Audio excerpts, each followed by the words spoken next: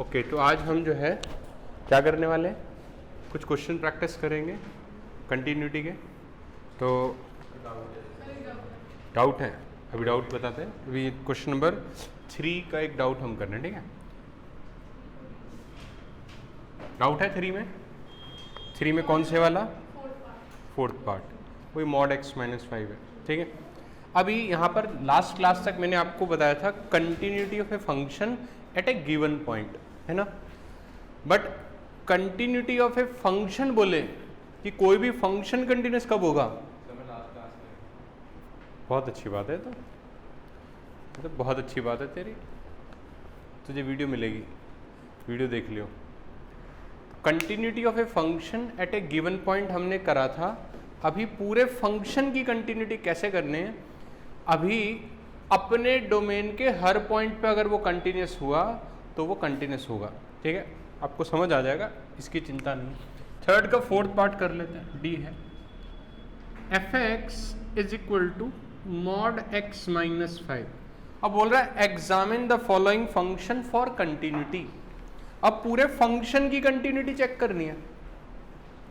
पूरे फंक्शन की कंटिन्यूटी कैसे चेक करेंगे? तो हम क्या करेंगे, हम लिखेंगे let C be any real number. सी कोई भी रियल नंबर मैंने लिया। अब मुझे क्या करना है, हर एक रियल नंबर पे इसको कंटिन्यूस दिखा देना। अब हर एक रियल नंबर पे कंटिन्यूस कैसे दिखाएंगे? तो देखें, पहले सबसे पहले क्या करेंगे, पहले इसको रीडिफाइन करेंगे। एफ एक्स को रीडिफाइन करेंगे तो क्या आएगा भाई? बताया था मॉडुलस कैसे रीडिफाइंड होता है, एक्स माइनस 5 और minus of x minus 5। X minus 5 greater than equal to 0, x minus 5 less than 0। इससे मुझे क्या मिल जाएगा, एक्स 5 से बड़ा और यहाँ एक्स 5 से छोटा। मतलब 5 से बड़ा या बराबर है तो एक्स माइनस 5, 5 से छोटा है तो माइनस ऑफ एक्स माइनस 5। मेरा फंक्शन डिफाइंड हो गया। अभी यहाँ पर सी भी यानी रियल नंबर लिया है, तो हम क्या करेंगे, हम यहाँ पर 3 कंडीशन बनाएंगे। क्या? सी 5 से छोटा, सी 5 के बराबर और सी 5 से बड़ा। 5 से छोटे के लिए, 5 से छोटे के लिए फंक्शन क्या है, माइनस एक्स माइनस 5। 5 से बड़े के लिए और बराबर के लिए फंक्शन है एक्स माइनस, ठीक है। तो जब मैं c लेस देन 5 लिख रहा हूं, इसका मतलब वो 0 हो सकता है, माइनस 1000 हो सकता है, माइनस करोड़ हो सकता है, पर 5 से छोटा कुछ भी हो सकता है, ठीक है। तो 5 से छोटे सभी रियल नंबर के लिए एक ही काम करेंगे। देखो, तो यहां पर हम केस 1 लिख रहे हैं। केस 1 क्या है, c is less than 5, c 5 से छोटा है। तो आप इस 5 से छोटे के लिए मान लो यहीं कहीं है c, इसके लेफ्ट के लिए और राइट के लिए फंक्शन एक ही है। इसके लेफ्ट के लिए, राइट के लिए फंक्शन एक ही है। तो आप चाहो तो LHL, चाहो तो RHL निकाल सकते हो। मींस LHL RHL निकाल के दिखाओगे equal f of that point के फंक्शन एक ही यूज कर रहे हैं। या एक और दूसरा तरीका क्या हो सकता है, आप लिखो limit x approaches to c। अब मैंने बताया था इसके अंदर दोनों बातें छुपी हैं। आप LHL भी ले सकते हो, RHL भी ले सकते हो। मतलब c माइनस भी है, c प्लस भी है। फंक्शन तो एक ही है ना इसके लिए, माइनस ऑफ x माइनस 5। अब यहां पर अब आप सब्स्टिट्यूशन जब करें तो कुछ भी ले सकते हैं, या तो c प्लस h ले सकते हो या c माइनस h ले सकते हो। लिख दो x equal to c plus h ले लिया मान। When x is approaches to c, h approaches to 0। h कैसा होगा, 0 को अप्रोच करेगा। तो हमने लिमिट h टेंडिंग टू 0, तो ये क्या आ रहा है, c plus h minus 5। h को 0 रखूंगा, क्या आंसर आ रहा है, माइनस ऑफ c माइनस 5, ठीक। और ये क्या, ये बराबर है f ऑफ c के, क्या ये बराबर है f ऑफ c के? तो मैं बोल सकता हूं क्या कि f इज कॉन्टिन्यूअस। अब यहां मुझे LHL RHL अलग अलग निकालने की जरूरत नहीं पड़ी। क्यों? क्योंकि लेफ्ट हैंड लिमिट और राइट हैंड लिमिट के लिए फंक्शन एक ही है, ठीक है। मैं यहां पर c माइनस h करके भी करता तो भी कोई दिक्कत नहीं, ठीक है। तो हमने यहां पर c प्लस h किया, नाउ h टेंडिंग टू 0 किया, तो माइनस ऑफ c माइनस 5 आ रहा है। ये f ऑफ c के बराबर आ रहा है, ठीक है। लेफ्ट हैंड लिमिट में क्या करते थे हम, राइट हैंड लिमिट में 11th क्लास में left hand limit right hand limit करा था ना, तो हमने क्या किया, लेफ्ट हैंड लिमिट निकाली। देख तेरा चेहरे पे स्माइल आई तो मुझे दिख गया, कुछ नहीं किया। Left hand limit right hand limit निकालते थे अगर फंक्शन की लिमिट एग्जिस्ट करानी होती है, बट यहाँ पर कंटिन्यूटी के लिए एक एक्स्ट्रा काम और करते हैं, फंक्शन के अंदर सी भी पुट कर देते हैं। ठीक है, मतलब वो पॉइंट भी पुट कर देते हैं, अगर तीनों इक्वल आ जाते हैं तो फंक्शन कंटिन्यूस हो जाता है। तो लिमिट एक्सटेंडिंग टू सी में लेफ्ट हैंड लिमिट और राइट हैंड लिमिट छुपी हुई है, एक ही बात है यहाँ पर। तो हमने यहाँ पर सिर्फ direct limit extending to c f x is equal to f of c दिखा दिया, तब भी फंक्शन कंटिन्यूस हो जाएगा। तो मैं बोल सकता हूँ f is continuous for c less than 5, मतलब 5 से छोटे सभी नंबर के लिए फंक्शन कंटिन्यूस हो चुका है। ठीक है, नाउ केस 2, क्या है case 2? c is greater than 5, same ऐसे दिखा तो c ग्रेटर देन 5, 5 से बड़ा है, तो 5 से बड़ा है, तो यहां भी तो अब मैंने आपको बताया था कि जस्ट लेफ्ट और जस्ट राइट में तो फंक्शन एक ही है, तो इसमें भी LHL RHL निकालने की जरूरत नहीं है, डायरेक्ट आप क्या लिख सकते हो, limit extending to c, function क्या है x माइनस 5, इसके बाद हम क्या पुट करें बताओ, x को c प्लस h या c माइनस h कुछ भी रख सकते हो। When x is approaches to c, h is approaches to 0, तो आप लिख सकते हो limit extending to 0 c plus h minus 5। बहुत सारे स्टूडेंट को लगता है कि सर क्यों करते हैं ये अजीब वाला काम, ये c प्लस h डायरेक्ट पे तो पुट करता है, आंसर तो तब भी आ जाता। बट हमें समझना है वो जो स्टेप्स थे ना, h को जब तक 0 के पास नहीं लेकर जाओगे तब तक एक कॉन्फिडेंस नहीं आएगा, हाँ जो डिफरेंस है, मतलब h इतना छोटा कर दिया कि 0 पुट करने में कोई दिक्कत नहीं होगी।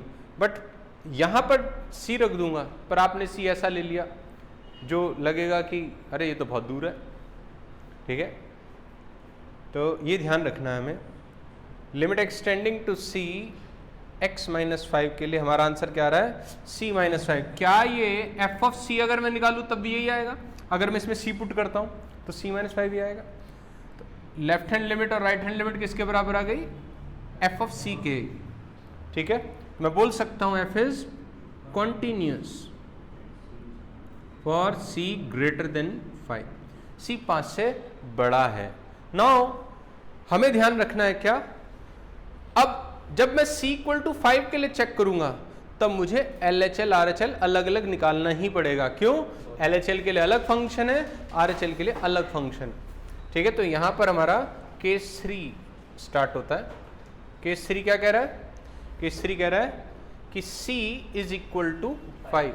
तब आप लेफ्ट हैंड लिमिट जब निकालने जाओगे तो लिखोगे लिमिट x अप्रोचेस टू 5, अब मैं यहां पर 5 लिख रहा हूं, 5 माइनस के लिए फंक्शन क्या है, माइनस ऑफ x माइनस 5। अब आपको सब्स्टिट्यूट भी क्या करना है, अब आपका x जो है वो यहां है कहीं, या c जो है वो यहां है, तो ये डिस्टेंस h है, तो आप पुट करोगे 5 माइनस h, और छोटा सा h लगा के भी चेक कर सकते हो, अच्छा मुझे 5 माइनस h पुट कर। ठीक है, तो इससे when x is approaches to 5 minus h is approaches to 0। ठीक है, नाउ इसके बाद limit h tending to 0, x की जगह 5 माइनस h माइनस 5। नाउ 5 से 5 कैंसिल हो जाएगा, h को 0 रखोगे 0 आ रहा है। LHL इज 0, RHL निकालो,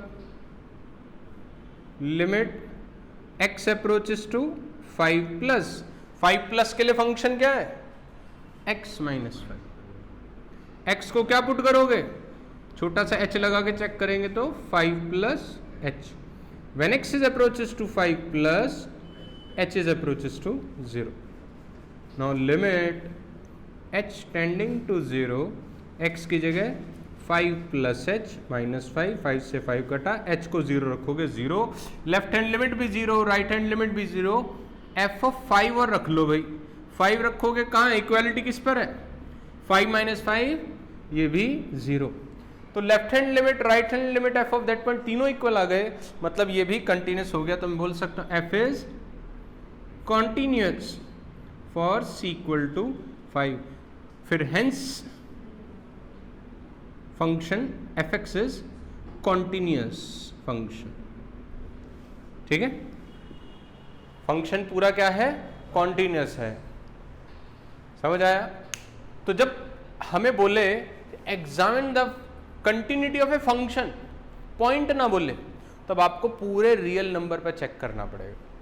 ठीक है, अब तक क्या कर रहे थे, कल तक क्या किया, कल सर हमने सिर्फ ये किया कि किसी पॉइंट पे कंटिन्यूटी पूछ रहा है, मॉडुलस फंक्शन की 5 पर कंटिन्यूटी पूछेगा, ये करेंगे, LHL निकालेंगे, RHL निकालेंगे, f(i) निकाल, तो हम दिखा देंगे अच्छा कंटिन्यूस आ गया।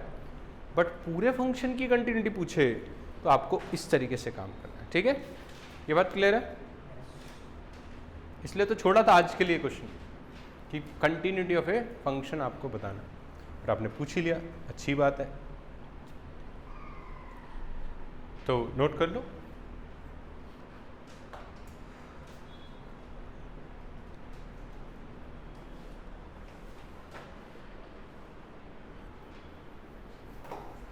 ओके, तो अभी हम जो है करेंगे क्वेश्चन नंबर 18, बहुत इंपॉर्टेंट है।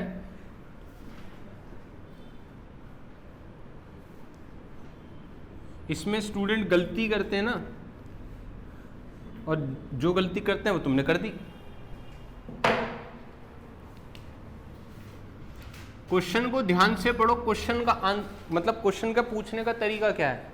वो कह रहा है for what value of lambda is the function defined, lambda is the function defined by this continuous at x equal to 0, what about the continuity at x equal to 1।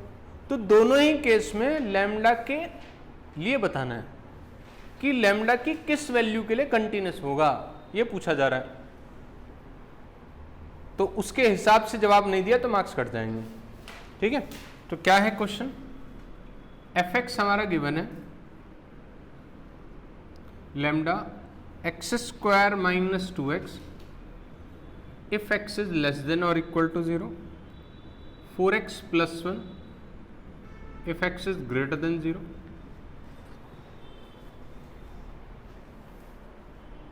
तो हमें lambda की value, for what value of lambda is the function continuous at x equal to 0, तो हमें 0 पर check करना है। Then फिर पूछ रहा है what about the continuity of a function at x equal to 1। ठीक है, now at x equal to 0 बात करते हैं, लेफ्ट हैंड लिमिट निकालेंगे, limit x approaches to 0 minus 0 minus के लिए फंक्शन, 0 से छोटे के लिए लैम्डा x² माइनस 2x, और मैंने बताया x को क्या पुट करोगे, छोटा सा h लगा के देख सकते हो, x को पुट करेंगे 0 माइनस h। अगर x 0 को लेफ्ट साइड से अप्रोच करेगा तो h अप्रोचेस टू 0 होगा। ठीक है, नाउ इसके बाद लिख सकते हैं क्या, limit h tending to 0, lambda 0 minus h का square minus 2 times 0 minus h, और अगर मैंने यहाँ h को 0 रखा, ये 0 ये 0, ये तो पूरी टर्म खत्म हो गई, लैम्डा की बात ही खत्म, लैम्डा ही नहीं है, गायब हो गया हमारा तो lambda. RHL limit x is approaches to 0 plus के लिए 4x प्लस 1, x को क्या पुट करोगे, बोलो 0 प्लस h, यहाँ 0 है ना, a अगर a प्लस होता तो a plus h, a minus है तो a minus h। When x is approaches to a 0 plus h is approaches to 0, h always tending to 0 ही जाएगा, कसम खाई थी हमने कल, h tending to 0 लिखेंगे, x की जगह 0 प्लस h प्लस 1। ठीक है, नाउ h को 0 रखोगे तो 4 इंटू 0 0 हो जाएगा, ये तो बना रहा है। तो left hand limit right hand limit के बराबर है क्या, नहीं। अभी f ऑफ और निकाल लो, f ऑफ 0 भी निकालोगे तो भी 0 ही आएगा। तो बात यह है, मुझे दिख रहा है कि फंक्शन कंटिन्यूस नहीं आ रहा 0 पर, तो मैं ये नहीं लिखूंगा कि function is not continuous at x equal to 0, मुझे लिखना है क्वेश्चन जैसा पूछा है, for any value of lambda, for any value of lambda f is discontinuous at x equal to 0 for any value of lambda f is discontinuous at x equal to 0। ठीक है, question में तो यही पूछा था, for what value of lambda f is continuous at x equal to 0।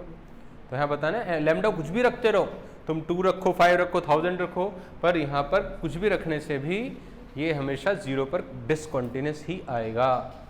ठीक है, साथ के साथ लिखते रहो। ठीक है, तो फंक्शन क्या है, डिसकंटिन्यूअस है लैम्डा की किसी भी वैल्यू के लिए at x equal to 0। Same काम 1 के लिए करना है। अब 1 के लिए करते समय भी हम लैम्डा को भूल जाते हैं।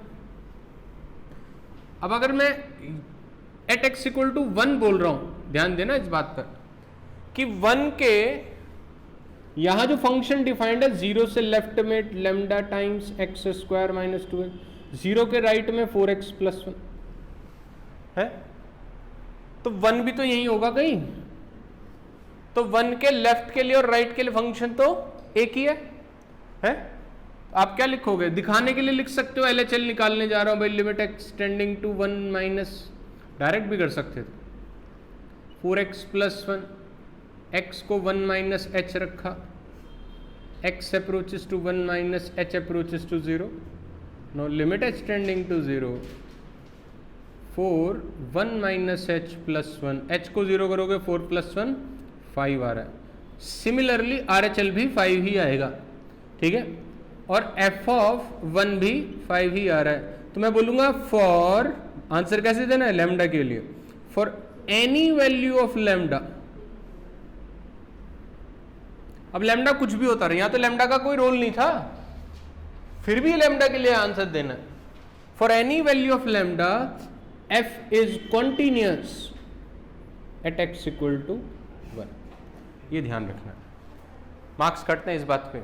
ठीक है, इसलिए पूछा भी गया, कई बार पूछा गया, बट हमेशा स्टूडेंट क्या करते हैं, f is discontinuous, f is continuous लिखकर छोड़ देते हैं, पर क्वेश्चन पूछ क्या रहा है उस पर ध्यान देना। ठीक है, इसलिए ध्यान से पढ़ना क्वेश्चन। ठीक है, यहां तक आगे देखते हैं। एक बहुत ही अच्छा शानदार जानदार क्वेश्चन है, वो है क्वेश्चन नंबर 19।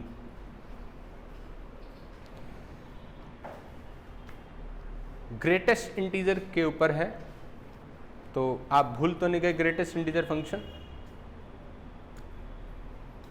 ये जो मुंह में बोल रही है ना लड़की, सब समझ रहा हूं मैं।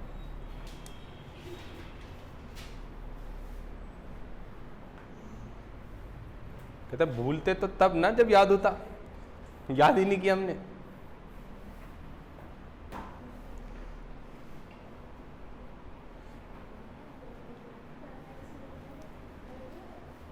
नोट कर लो जल्दी।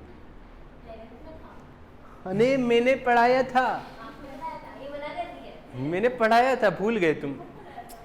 फंक्शन पढ़ा था हमने, रिलेशन फंक्शन, रिलेशन फंक्शन में फंक्शन पढ़ाया था मैंने। अच्छा, फंक्शन में टाइप्स ऑफ फंक्शन पढ़ाए थे मैंने, हाँ वहीं पढ़ाया था मैंने, वहीं टाइप्स ऑफ फंक्शन में सारे फंक्शन बताए थे ना। आइडेंटिटी फंक्शन क्या होता है, मॉडुलस फंक्शन क्या होता है, मॉडुलस में इतना टाइम लग गया था।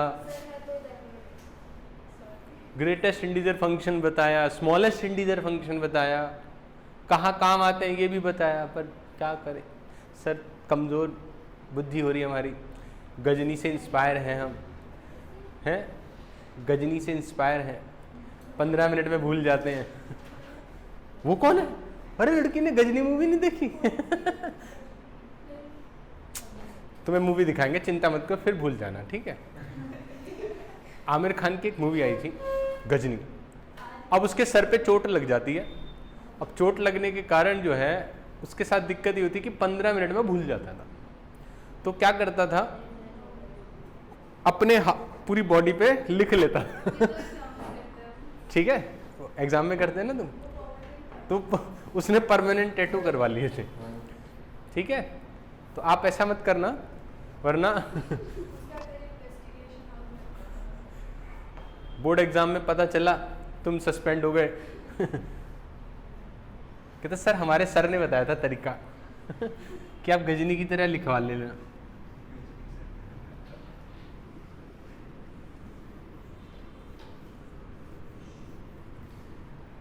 वो तो 15 मिनट में भूलता था, यहाँ तो 2-2 मिनट में भूल जाते हैं। क्या बोला था मैंने।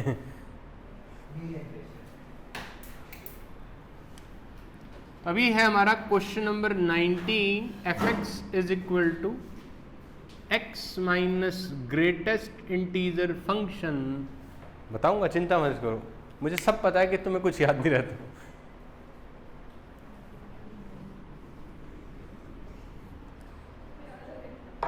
F x is equal to x minus greatest integer function बोल रहा है कि ये डिसकंटिन्यूअस है for any integral value. We have to show x minus greatest integer function is discontinuous at any integral point. Integral point का मतलब हर एक integer पे ये डिसकंटिन्यूअस, हर एक इंटीजर पे ये डिसकंटिन्यूअस है।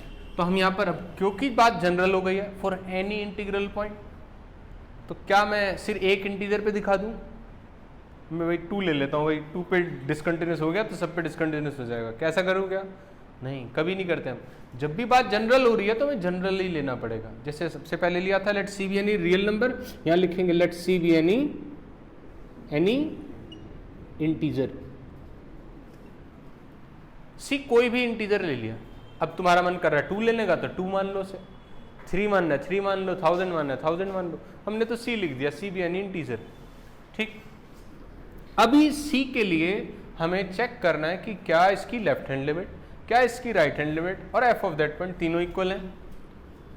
तो हम जा रहे हैं एलएचएल निकालने। Limit x approaches to c minus, अब ध्यान देना, पता चले सर आपने बोला था कि ये तो सबके लिए की है, मतलब एलएचएल आरएचएल निकालने की जरूरत ही नहीं है, बट क्योंकि ये ग्रेटेस्ट इंटीजर फंक्शन है निकालना ही पड़ेगा। ट्रिग्नोमेट्रिक फंक्शन हो निकालना ही पड़ेगा। एल्जेब्रिक में नहीं होता दिक्कत, एल्जेब्रिक में तो डिफाइंड हो गया तो वह लेफ्ट में राइट में एक ही काम चल जाता, बट ट्रिग्नोमेट्री है तो आपको करके दिखाना पड़ेगा। ग्रेटेस्ट इंटीजर है, करके दिखाना पड़ेगा। तो यहां पर x को क्या पुट करोगे? c minus h। When x is approaches to c minus h is approaches to 0। ठीक है, तो अभी हम लिख रहे हैं limit h tending to 0, x की जगह c माइनस h, और greatest integer of c minus h क्या होता है? यही क्वेश्चन, ये अच्छा क्वेश्चन इसलिए है कि बस यही गलती होती है। c माइनस h का ग्रेटेस्ट इंटीजर क्या होता है?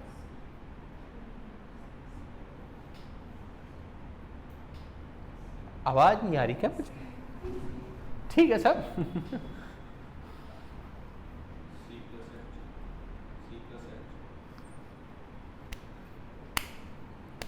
कैसे ऐसे तुक्के मार रहे हो? वाह, मैं c माइनस h बोल रहा हूँ, मैंने तो नहीं बोला h माइनस में। c माइनस h का ग्रेटेस्ट इंटीजर क्या होना चाहिए? नहीं,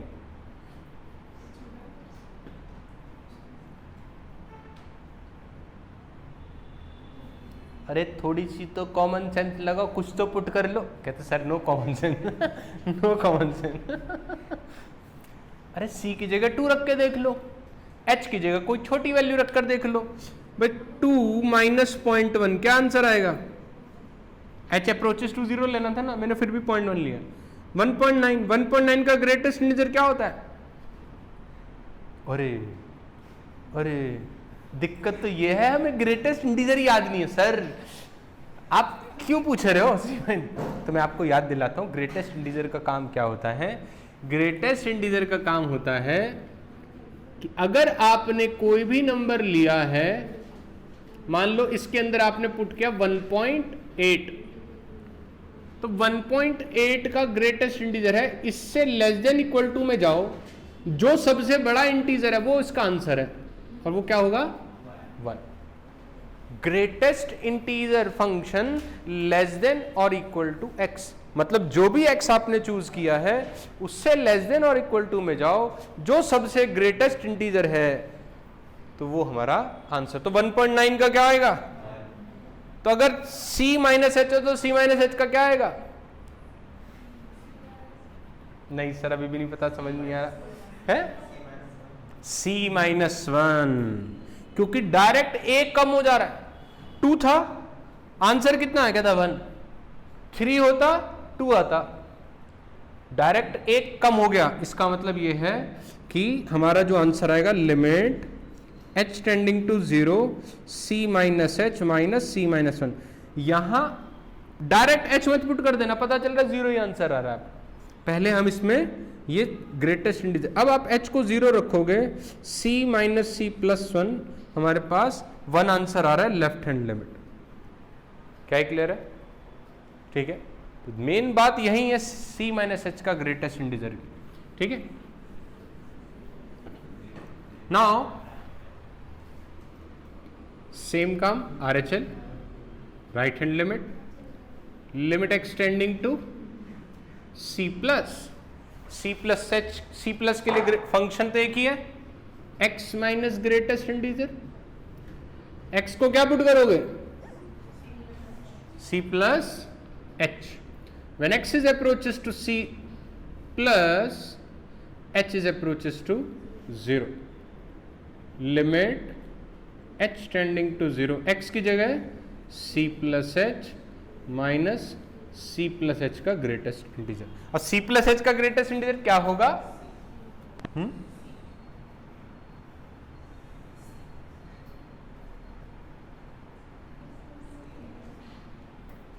बोलो बोलो, c प्लस 2।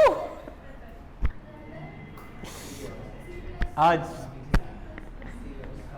ज्यादा तेज दर्द हो गया मेरे तो दिल में, हार्ट अटैक आने को ही है। मैं मतलब कॉमन सेंस घर भी नहीं छोड़ रखी है ही नहीं। मतलब अरे अभी एक एग्जांपल तो लेके देखो ना, मतलब कुछ भी।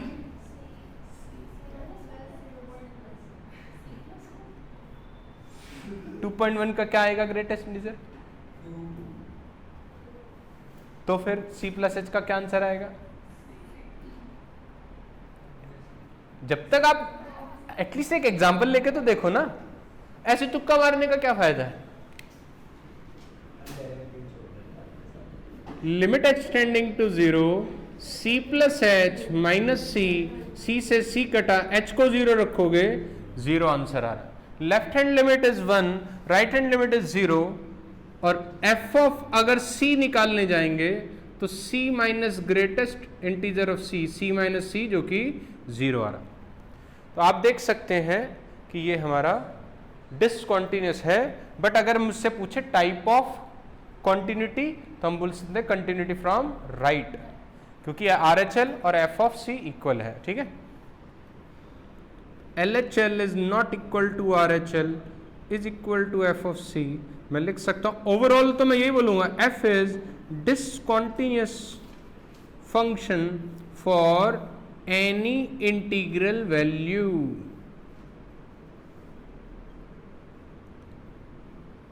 Any integral value. ठीक है, क्लियर है बात? तो ये था आपका एक अच्छा क्वेश्चन। अब एक ऐसा क्वेश्चन कराने जा रहा हूं जो मेरे एक फ्रेंड के PhD के पेपर में आया, NCERT का क्वेश्चन, PhD के एंट्रेंस में पूछा गया। ठीक है, तो है बहुत सिंपल, बस देखते हैं कौन पकड़ता है उसको। कर दिया था। अब PhD करने जा रहा है, एटलीस्ट इतना तो आता ही होगा ना। पर क्योंकि एक बहुत बेसिक बात थी और ज्यादातर स्टूडेंट इसमें यही गलती करते हैं लिखते समय, तो क्या गलती करते हैं वो मैं आपको बता देता हूं। क्वेश्चन नंबर 24 है, determine if f is defined by fx is equal to x square sine 1 by x if x is not equal to 0, 0 if x is equal to 0। ठीक है, तो जरा देखें इसको। ये नोट हो गया हियर।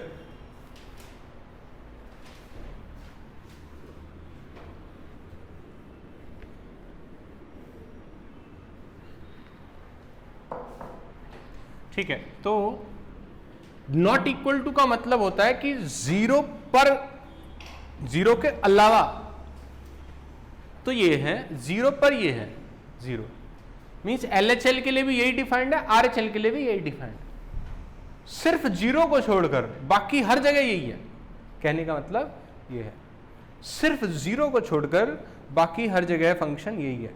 1 के लिए, 2 के लिए, 3 के लिए, किसी भी पॉइंट के लिए फंक्शन यही है, ठीक है। पर जीरो के लिए जीरो है। ये ऐसा पता है क्यों करते हैं? ऐसा इसलिए करते हैं क्योंकि जब left hand limit equal to right hand limit हो but f of that point equal ना हो, f of that point equal ना हो, जैसे एलएचएल सेम आ रहा है, आरएचएल सेम आ रहा है, but f of c same नहीं आ रहा, तो इसको सेम करने के लिए क्या करेंगे, इसको अलग से डिफाइंड कर देंगे। जैसे एफ ऑफ जीरो के लिए जीरो आ गया और एलएचएल आरएचएल के लिए ये हो गया, ठीक है। ऐसा इसे इसलिए करते हैं, इसे बोलते हैं रिमूवेबल डिसकंटिन्यूटी।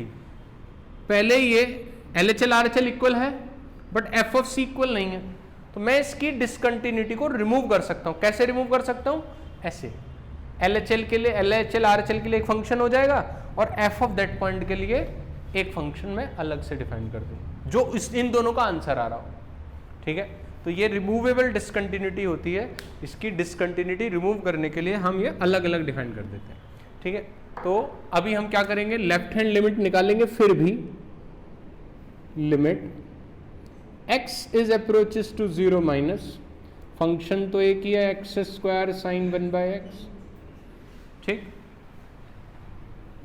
x को क्या रखोगे, x को पुट करोगे 0 माइनस h। अब तक तो मैंने बोला था आपको, ये अब आपको आसान लगेगा कि अब आपको हम क्या पुट करना है, ये देखते ही पता चल जाएगा। x equal to 0 minus h, when x is approaches to 0 minus h is approaches to 0, तो देखो जरा, limit h tending to 0, x square क्या है 0 माइनस h का स्क्वायर, साइन 1/0 माइनस h। तो जरा मुझे बताओ क्या आंसर आएगा भाई। इसका माइनस है ना, बाहर भेज देना यहाँ। h को 0 पुट करूंगा, क्या आंसर आएगा? मुझे पता आंसर बिल्कुल सही बोलोगे, बताओ क्या आंसर आएगा?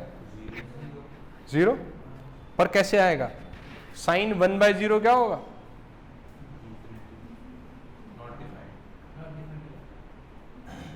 और आपको पता होना चाहिए कि 0 इंटू इन्फिनिटी इनडिटरमिनेट केस है। 0 इंटू इन्फिनिटी इनडिटरमिनेट केस है। 7 इनडिटरमिनेट केस होते हैं, पता है ना? नहीं पता? कहाँ पता होगा, बता देता हूं मैं। एक होता है 0/0, कभी भी लिमिट पुट करने जा रहे हो और ये वाली सिचुएशन आ रही है, हम पुट नहीं करते, ठीक है। और कौन सी? इनफाइनाइट ओवर इनफाइनाइट केस में भी पुट नहीं करते। और 0 इंटू इनफाइनाइट, इसमें भी पुट नहीं करते। और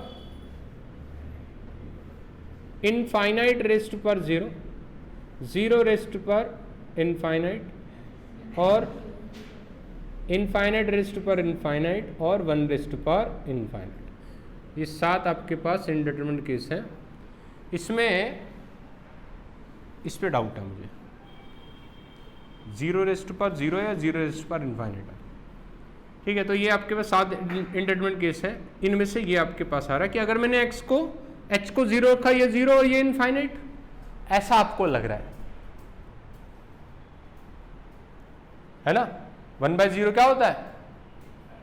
1/0 होता है इनफाइनाइट। ये लग रहा है ना, ऐसा लग रहा है ना, ऐसा सबको लगता है, पर ऐसा है क्या? नहीं, देखो उसको नहीं लग रहा। जिसके पास कॉमन सेंस ना हो वही कहता है ये बात। तो तुम्हारे पास है ना? कल ही तो खरीद के लाएंगे सर। बताओ भाई क्या है यहाँ पर, क्या गड़बड़ी हो रही है? 0 इंटू इनफाइनाइट, आप तो 0 पुट करो, इनफाइनाइट आ रहा है, क्या हो रहा है यहाँ पर?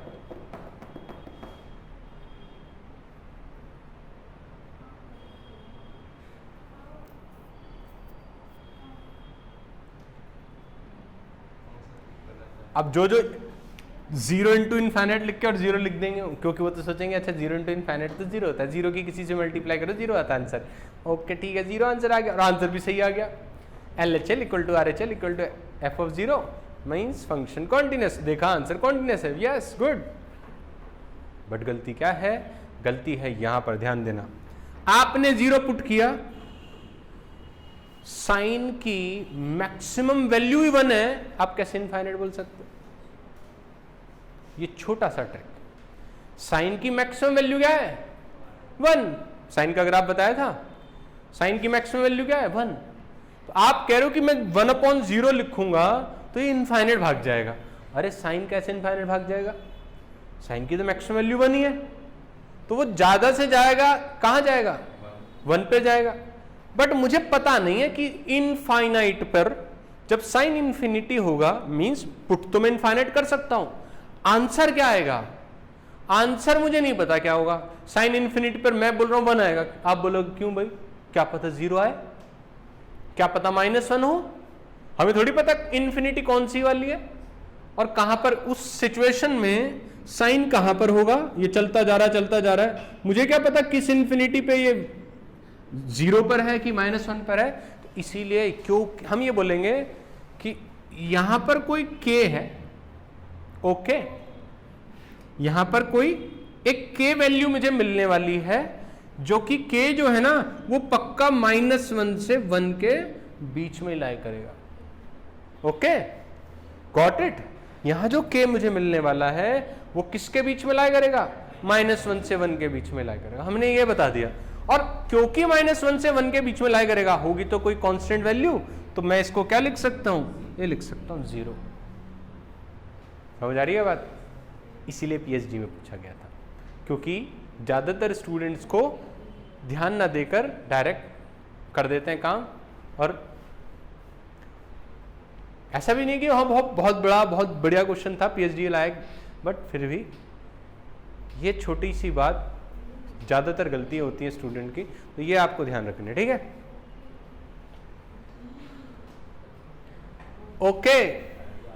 ओके तो हमारा आंसर क्या है, LHL इज 0। सेम ऐसे ही RHL भी निकालोगे तो RHL में हमारे पास limit x tending to 0 plus x square sine 1/x, आप चाहते तो x टेंडिंग टू 0 करके भी लिख सकते थे, तो आपका ये आ जाता। x को क्या पुट करोगे 0 plus h, when x is approaches to 0 plus h is approaches to 0, limit h tending to 0, 0 plus h का square into sine 1/0 plus h को 0 रखेंगे तो 0 into k where k belongs to -1 to 1, ये भी 0 ही आ रहा है। आप लिख सकते हैं क्या, f ऑफ 0 भी 0 ही आ रहा है, मतलब f is continuous at x equal to 0। Function continuous है किस पे, 0 पर। क्या ये बात क्लियर है सबको?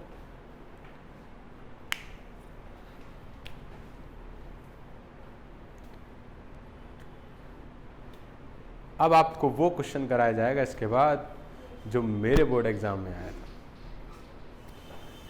और मेरे बोर्ड एग्जाम में आया था तो मैंने कहा है ये तो 2 पैसे का क्वेश्चन है, मैं नहीं करूंगा, ये 2 पैसे का क्वेश्चन है, ये नहीं करूंगा मैं। नहीं, उसके दूसरा पार्ट कर दिया और वाला पार्ट, और वो गलत हो गया। तो ऐसे होती है बेइज्जती। ओवर कॉन्फिडेंट, आंसर भी याद है ये तो k इक्वल टू 6 है, इसका क्या यार बढ़िया वाला क्वेश्चन तो ये, मेरे को तो ये अच्छा लगता है। कंटिन्यूटी अच्छा नहीं लगता ना, मेरे को लिमिट अच्छा लगता है तो मैं लिमिट करूंगा। आंसर भी याद है फिर भी नहीं करा, लिमिट करने के वहां गलती कर दी, π/6 को लिख दिया π/3, π/3 को लिख दिया π/6, मतलब 30 को π/3 और 60 को π/6, उससे पूरा क्वेश्चन गलत हो गया। आता हुआ क्वेश्चन था वो भी, बट गलत हो गया। तो ज्यादा चौधरी नहीं बनना चाहिए, चुपचाप जो आता है वो कर देना चाहिए, ठीक है।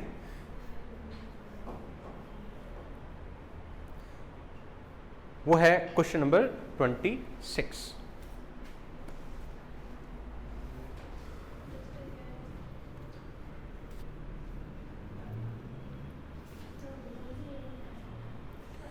तो भाई 26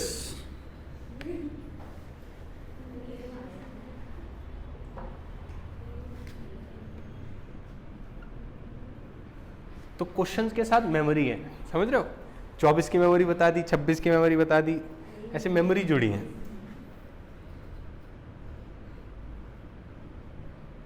स्लम डॉग मिलियनेयर देखिए किसी ने? हैं क्या क्या है, कैसी बातें कर रहे हो सर? कौन सी मूवी?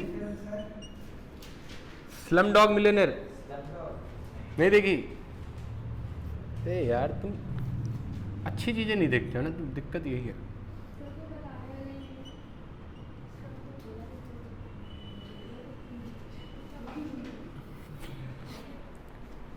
एक तो मूवी थी जिसमें ए.आर. रहमान को ऑस्कर अवार्ड मिला था।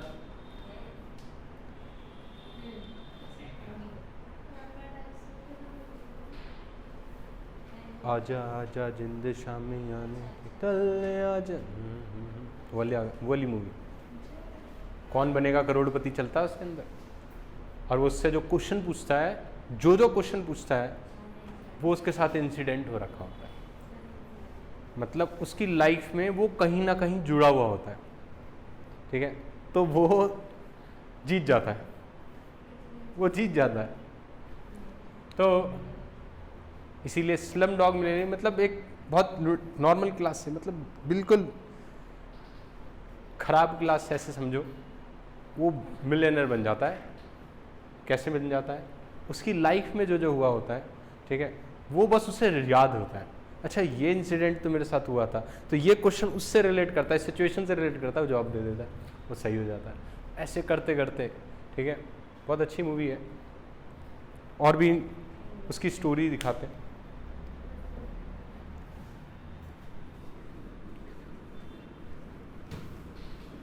पहले देखता था मूवी, अभी छोड़ रखी है, अब नहीं देखता। ओके, नाउ फंक्शन है, मतलब क्वेश्चन 26 है, मेरे बोर्ड एग्जाम में आया था, तो जब भी इसको करता हूं तो दर्द होता है मुझे। अभी फंक्शन कंटिन्यूस गिवन है एट x इक्वल टू π/2 पर। आपको वैल्यू निकालनी है k की। ज्यादातर कंटिन्यूटी के क्वेश्चन ऐसे आते हैं जहां पर फंक्शन ऑलरेडी कंटिन्यूस बोल देगा, आपको किसी कांस्टेंट की वैल्यू निकालने के लिए पूछता है। तो जब भी कंटिन्यूस है तो उसका LHL और RHL और f ऑफ दैट पॉइंट तीनों इक्वल होने चाहिए। तो अब यहां पर कंटिन्यूस है तो मैं सिर्फ LHL और f ऑफ दैट पॉइंट से भी काम चला सकता हूं, क्योंकि एक k की वैल्यू निकालनी। तो मैं यहां पर LHL निकाल देता हूं। Limit x is approaches to π/2 minus, ठीक है, π/2 माइनस के लिए फंक्शन तो यही है, k cos x over pi minus 2x। आपने लिखा x को क्या पुट करोगे?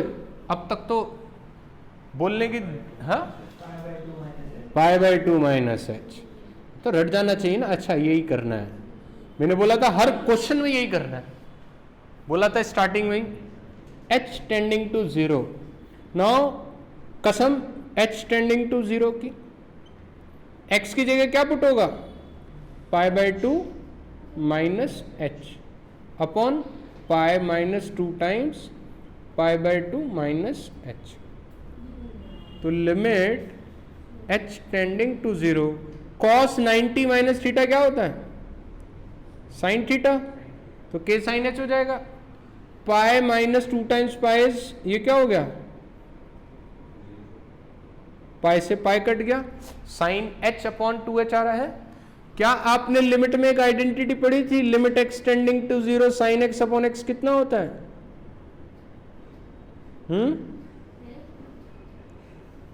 क्या आपने लिमिट में आइडेंटिटी पढ़ी थी, limit x tending to 0 sine x upon x 1 होता है। तो ये तो k/2 आ जाएगा,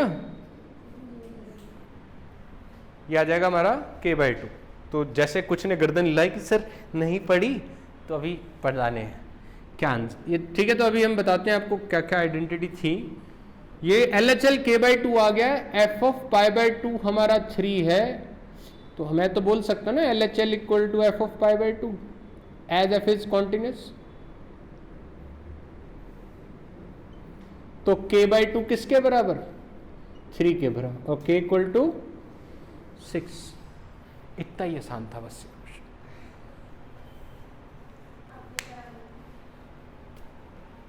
करानी 4 मार्क्स, 4 मार्क्स, हमारे टाइम में लिमिट और कंटिन्यूटी और में आता था,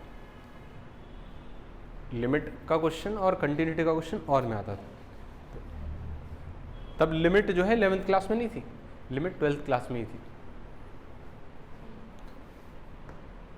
तो मुझे लिमिट ज़्यादा अच्छी लगती थी करनी, तो मैंने कहा यार कंटिन्यूटी को छोड़ो, लिमिट करते हैं। लिमिट तो बहुत क्वेश्चन प्रैक्टिस करे मैंने, ये भी कर ही दूंगा।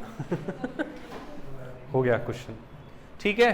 तो ये हमारा एक क्वेश्चन था, क्वेश्चन नंबर 26। इसके आप क्वेश्चन कर पाएंगे कहाँ तक, 30 तक। और मैं आपको